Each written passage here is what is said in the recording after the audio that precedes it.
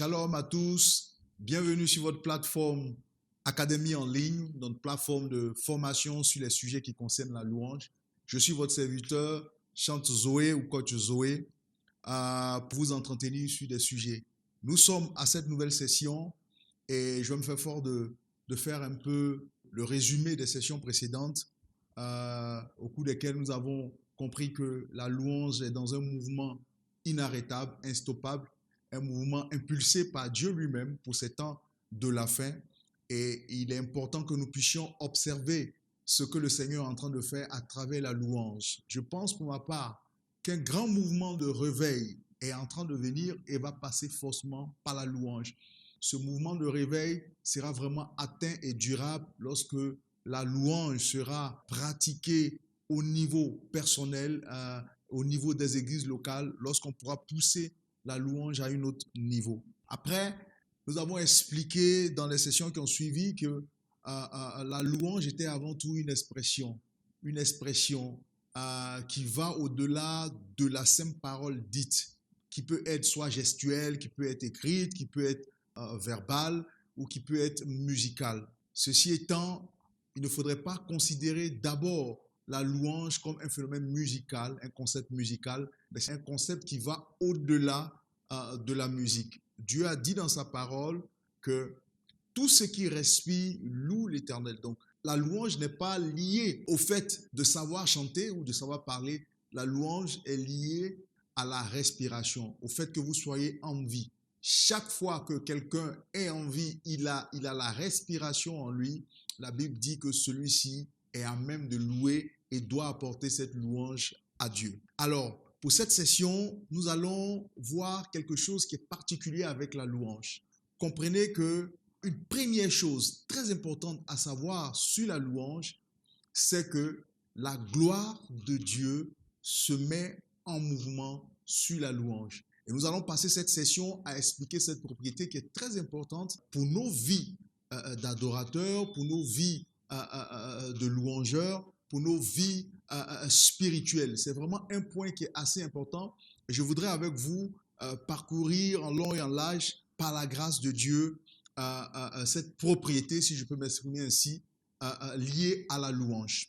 Alors, nous prenons nos Bibles dans Psaume au chapitre 68 à partir du verset 25. La parole de Dieu nous dit la chose suivante.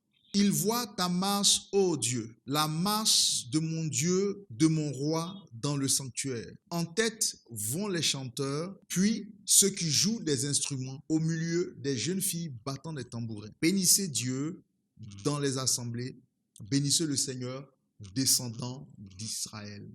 Je voudrais attirer votre attention sur le verset 25 et le verset 26 en particulier. Ce que ce verset nous dit, c'est que il y a une sorte de procession, une sorte de marche qui se passe dans le sanctuaire, donc dans la présence de Dieu. Et la Bible nous dit que cette marche, appelée marche de Dieu, est précédée, donc en tête vont les chanteurs, puis ceux qui jouent des instruments au milieu des jeunes filles battant du tambourin. Donc la marche est précédée, en flèche, en tête, il y a la louange. Lorsque la Bible utilise les thèmes les chanteurs, puis ceux qui jouent des instruments, au milieu de jeunes filles battant des tambourins, il ne s'agit ni plus ni moins que de la louange. Donc la marche de Dieu dans le sanctuaire, dans les prochaines sessions, nous expliquerons ce qu'on appelle la marche. Au moment où nous allons aborder les questions, les enseignements sur la conduite de louange. Donc il y a une marche dans le sanctuaire, mais cette marche, qui est la marche de Dieu, est précédée par la louange, ou est dévancée par la louange, où la louange est en flèche. Pourquoi? Parce que nous allons le voir, la gloire de Dieu se met en mouvement sur la louange. Pour que la gloire de Dieu puisse être en mouvement, il faut que cela se fasse sous un fond de louange. Prenez vos Bibles avec moi, Exode, le chapitre 19, au verset 14, à partir du verset 14. La Bible nous dit que Moïse descendit de la montagne vers le peuple Il sanctifia le peuple et il lavait leurs vêtements. Il dit au peuple, soyez prêts dans 3 jours, ne vous approchez d'aucune femme. Le 3e jour au matin, il eut des tonnerres, des éclairs et une épaisse nuée sur la montagne. Le son de la trompette retentit fortement. Et tout le peuple qui était dans le camp fut saisi d'épouvante. Moïse fit sortir le peuple du camp à la rencontre de Dieu et ils se placèrent au bas de la montagne. La montagne de Sinaï était toute enfumée parce que l'Éternel y était descendu au milieu du feu. Cette fumée s'élevait comme la fumée d'une fournaise et toute la montagne tremblait avec violence. Le son de la trompette retentissait de plus en plus fortement. Moïse parlait et Dieu répondait à haute voix. Ici, je vous explique un peu le contexte.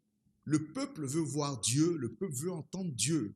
Alors Moïse prend instruction auprès de Dieu qui lui dit, écoute que le peuple se sanctifie et qu'il vienne à ma rencontre à la montagne de Sinaï. Et ce texte en particulier explique dans les détails comment cette rencontre s'est faite. Dans des bruits de tonnerre, d'éclairs et au son de la trompette. Et la Bible dit que la trompette se faisait de plus en plus forte. La trompette est le signe de l'instrument musical au milieu de tout ce bruit et donc est le symbole de la louange qui précède la gloire de Dieu. Dieu décide de rendre visite à son peuple, Dieu décide de venir parler à son peuple. La Bible dit les premières choses qu'on a entendues, c'était le son de la trompette dans des bruits de tonnerre. On pouvait distinguer la trompette qui précédait la gloire de Dieu. Donc au moment où Dieu descendait vers son peuple, la louange précédait la présence de Dieu. La louange s'intensifiait à mesure que Dieu et son peuple se rapprochaient pour se parler. C'est extrêmement important de le savoir dans notre vie d'adorateur de chaque jour. Parce que nous avons en face de nous chaque jour des challenges qui nécessitent que la gloire de Dieu dans nos vies parle pour nous. Alors, je veux exhorter quelqu'un, au-delà de tout ce qu'il pourrait voir comme challenge, de se souvenir de ceci. La gloire de Dieu se met en mouvement sur la louange. Si vous voulez voir la gloire de Dieu se manifester dans vos vies de façon palpable, n'oubliez jamais, la gloire de Dieu, elle se met en mouvement sur la louange. Ça me rappelle ces images tirées d'un film que j'ai déjà vu où un roi devait se déplacer. Et chaque fois que le roi se lève de son trône pour pouvoir se déplacer, il y avait des personnes qui étaient chargées de jeter des fleurs sur tout le chemin, tout le long, à chacun des pas. Le sol n'était pas digne de recevoir la gloire de ce roi et il fallait donc que ce soit sur un fond fleuri. C'est la même chose pour le Seigneur en ce qui concerne la louange. La louange précède la gloire de Dieu.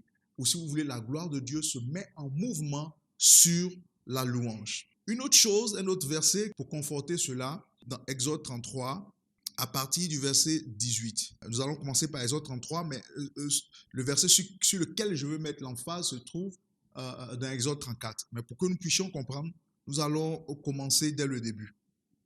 Alors, au verset 18 de Exode 33, Moïse va faire une requête au Seigneur. Moïse dit, fais-moi voir ta gloire. Verset 19, l'Éternel répondit, je ferai passer devant toi toute ma bonté. Je proclamerai devant toi le nom de l'Éternel. Je fais grâce à qui je fais grâce et miséricorde à qui je fais miséricorde. L'Éternel dit, tu ne pourras pas voir ma face, car l'homme ne peut me voir et vivre. L'Éternel dit, voici un lieu près de moi, tu te tiendras sur le rocher. Quand ma gloire passera, je te mettrai dans le creux du rocher et je te couvrirai de ma main jusqu'à ce que j'ai passé. Et lorsque je retournerai ma main, tu me verras par derrière, mais ma face ne pourra être vue. Alors, donc c'est la requête que Moïse fait à Dieu, et Dieu répond à Moïse en lui disant que ce que tu demandes là est quasi impossible, ou impossible. Et Dieu lui-même trouve la solution à comment il pourrait résoudre, j'allais dire, cette impasse. Il dit, tu ne peux pas me voir, mais ce qu'on peut faire, au moins, je vais te cacher dans un rocher, et quand ma gloire va passer, je vais enlever ma main et tu pourras me voir de dos.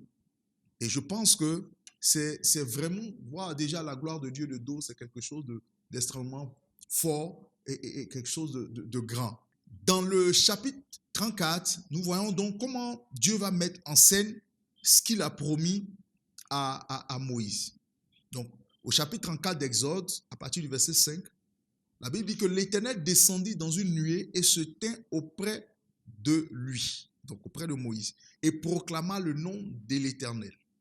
Et l'Éternel passa devant lui et s'écria, l'Éternel, l'Éternel, Dieu miséricordieux et compatissant, lent à la colère, riche en bonté et en fidélité, qui conserve son amour jusqu'à 1000 générations, qui pardonne l'iniquité, la rébellion et le péché, mais qui ne tient point le coupable pour innocent et qui punit l'iniquité des pères sur les enfants et sur les enfants des enfants jusqu'à la 3e et à la 4e génération.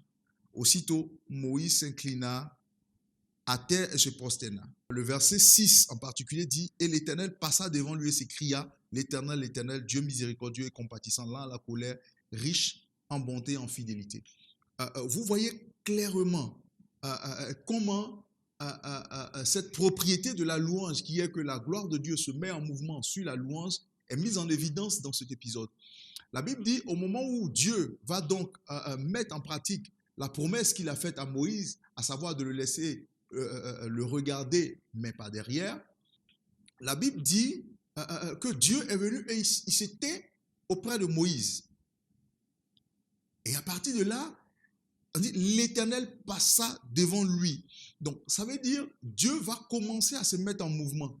Mais puisque la gloire de Dieu se met en mouvement sur la louange et que Moïse qui était là n'était pas en train de louer Dieu, Dieu lui-même va commencer à faire sa propre louange pour que sa gloire puisse se mettre en mouvement. Et Dieu, la Bible dit au verset 6, « Et l'Éternel passa devant lui. » Donc, mouvement de la gloire de Dieu. Et l'Éternel passa devant lui et s'écria, « L'Éternel, l'Éternel, Dieu miséricordieux et compatissant, lent à la colère, riche en bonté et en fidélité. » Comprenez donc, la gloire de Dieu se met en mouvement sur la louange. Si vous êtes quelqu'un qui savait louer Dieu, même dans les moments les plus difficiles, vous êtes le bon candidat à voir la gloire de Dieu se manifester dans votre vie. Si une église locale est portée sur la louange, c'est une église locale qui va voir en permanence la gloire de Dieu se mettre en mouvement dans l'assemblée et des choses extraordinaires vont être perçues. Ne jouez pas avec cette louange, c'est une chaussée, c'est une voie, c'est une ouverture à ce que la gloire de Dieu se mette en mouvement dans votre vie. Et Moïse a compris cela. La Bible dit, tout juste après, il s'est prosterné. Se prosterner est aussi de la gestuelle. C'est un signe pour rendre gloire. C'est un signe pour élever. Je me fais petit pour que tu sois élevé. C'est une forme de louange. Et même dans le cœur, qui sera plus tard une forme d'adoration que nous allons voir au moment où nous allons aborder l'adoration. Donc retenez ceci. La gloire de Dieu véritablement se met en marche sur la louange. Je vous donne quelques versets pour finir cette session. Dans 2 Chroniques 20 au verset 22, vous pouvez voir Josaphat sur le champ de bataille. La Bible dit, au moment où l'on commençait les chants et les louanges, l'Éternel plaça une embuscade contre les fils d'Ammon et de Moab et ceux de la montagne de Séir qui étaient venus contre Juda et il fut battu. Donc Josaphat a en face de lui un challenge. Des armées se sont levées contre lui. Il cherche la face de Dieu qui lui dit, écoute, mets les chanteurs, donc mets la louange en avant dans ce combat. Et tu vas voir. Il obéit à Dieu, on choisit les chantes. Et la Bible dit exactement au verset 22 du chapitre 20 de 2 Chroniques qu'au moment où l'on commençait les chants et les louanges, l'Éternel plaça une embuscade contre les fils d'Ammon. Donc, juste au moment où la louange a commencé, la louange a été déclenchée, c'est comme si la gloire de Dieu est entrée en mouvement sur le champ de bataille. Donc, vous pouvez traverser des moments de combat spirituel. Ce que vous devez apprendre dans ce combat spirituel, si vous voulez voir la gloire de Dieu, faites-le sur un fond de louange. commencé à appeler la gloire de Dieu avec la louange. Et le peuple de Dieu a vu la gloire de Dieu se manifester. La Bible dit au moment où, donc c'est comme si c'était du tic au tac, au moment où l'on commençait la louange, exactement, Dieu est entré sur le champ de bataille et la victoire a été sans pareil pour le peuple de Dieu. Un autre exemple, dans 2 Chroniques 5, au verset 13, au moment où il s'agissait de faire le service dans le temple, la Bible dit « Et lorsque ceux qui sonnaient des trompettes et ceux qui chantaient, s'unissant d'un même accord pour célébrer et pour louer l'Éternel, firent retentir des trompettes, les cymbales et les autres instruments et célébraient l'Éternel par ses paroles. Car il est bon, car sa miséricorde durera toujours. En ce moment, la maison de l'Éternel fut remplie d'une nuée. Les sacrificateurs ne purent y rester pour faire le service à cause de la nuée. Car quoi? Car la gloire de l'Éternel remplissait la maison de Dieu. » Dès que tous les chants se sont unis d'un même cœur et ont déclenché la louange, la Bible dit que la nuée, qui était le symbole ou qui est le symbole de la gloire de Dieu, a envahi le temple. La gloire de Dieu s'est manifestée, s'est mise en mouvement à partir du moment où la louange a été donnée à Dieu. Bien-aimés, voilà encore ce verset qui vient conforter que la gloire de Dieu, certainement, est mise en mouvement sur la louange. Vous êtes une église locale, vous êtes un adorateur, vous cherchez la face de Dieu. La Bible dit, pour le service, la louange est un catalyseur du mouvement que la gloire de Dieu que vous voulez voir dans votre église locale, sera certainement visible et en mouvement lorsque toute l'église va s'assembler pour apporter à Dieu la louange qu'il faut. Dernier exemple, c'est celui qui est dans Actes 16, verset 25, verset 6, que tout le monde connaît. C'est l'épisode de Paul et Silas en prison. La Bible dit, vers le milieu de la nuit, ils ont commencé à chanter les louanges de Dieu. Et à ce même moment, la prison a tremblé dans ses fondements. Les chaînes ont été brisées. La prison a été détruite et ils ont eu la victoire. Au moment où ils ont commencé à louer Dieu, la gloire de Dieu s'est levée. Je vais terminer là, mais je veux que vous reteniez ceci pour cette session. C'est une propriété fondamentale de la louange qui est qu'elle est le chemin, elle est le socle, elle est la base, elle est la chaussée sur laquelle la gloire de Dieu se met en mouvement. Si vous voulez voir la gloire de Dieu, commencez à louer Dieu. Que Dieu vous bénisse et rendez-vous à la session prochaine. Bye.